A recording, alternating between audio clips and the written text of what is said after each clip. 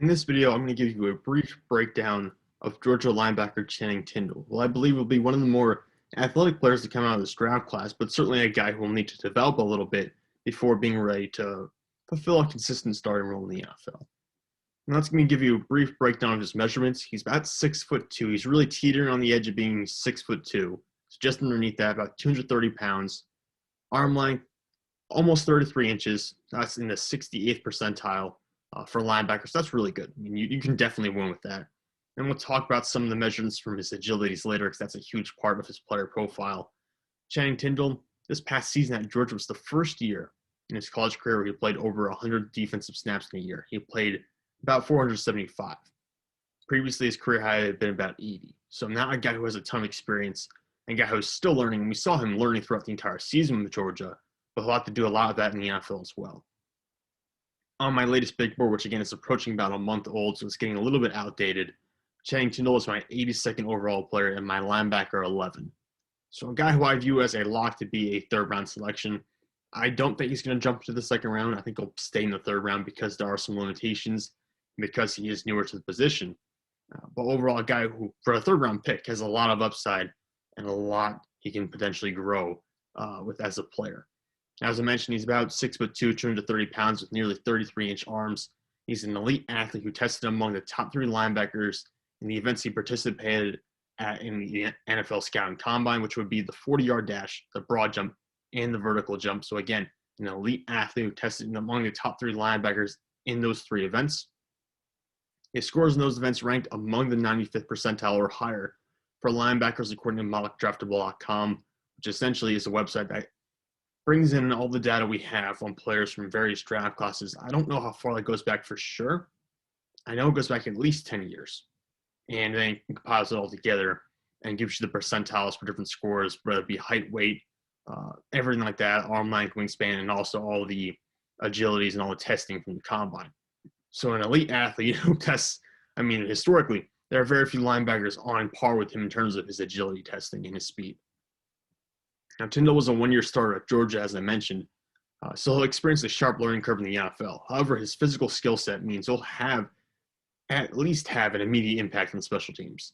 Now, Tindall should become a starter by his second season in the league, but I believe he could quickly eclipse some players in the NFL on various rosters. I had him going in mock draft to Green Bay at one point because I believe Green Bay does not have great depth at linebacker outside Devondre Campbell. If you're looking at maybe Detroit's a team as well. I could potentially go after a guy like Channing Tindall and look at playing him almost right away. Now, Tindall has some upside as a pass rusher as well. He produced 26 pressures and 5.5 sacks in 2021 on just over 100 pass rushing attempts.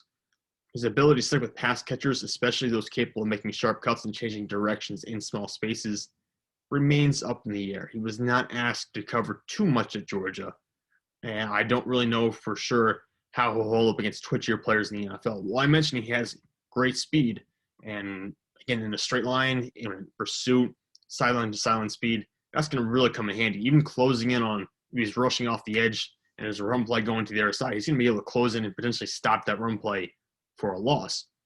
But in terms of his ability to cut on a dime and stick with some of those shiftier guys, that's going to be up in the air. That's going to be something you have to project for if you're a team, his ability to develop in coverage.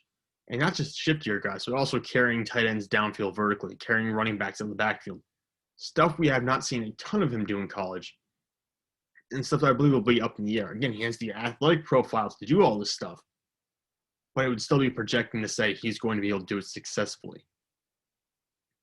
And Tindall is an excellent tackler that brings the power to challenge climbing offensive linemen and clog running lanes. So he is, despite being a bit of an undersized linebacker at 230 pounds, he's a guy who's willing to take on offensive tackles and essentially just clog up the running game and slow teams down.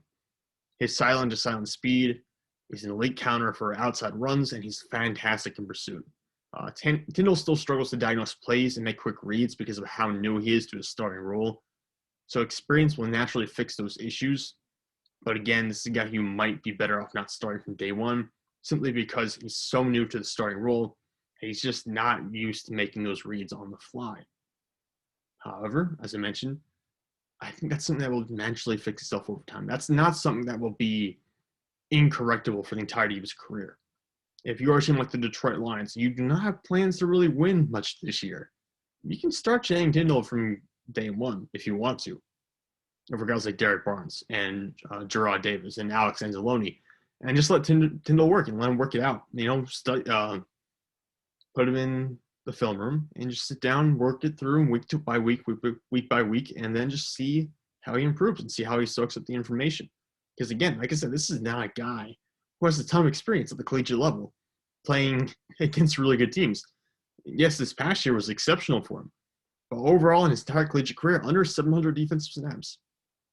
You're going to have to be able to willingly take on a guy who needs to learn the position and needs to learn a bit of the mental game that goes into playing football in the NFL. It's going to be a bit of a developmental process for Channing Tindall, but again, he has the physical traits to go out there and be an impact player, at the very least on special teams to start his career. But I view him as a guy who eventually will be a starter in the NFL, even if he only gets picked in round 3 this year.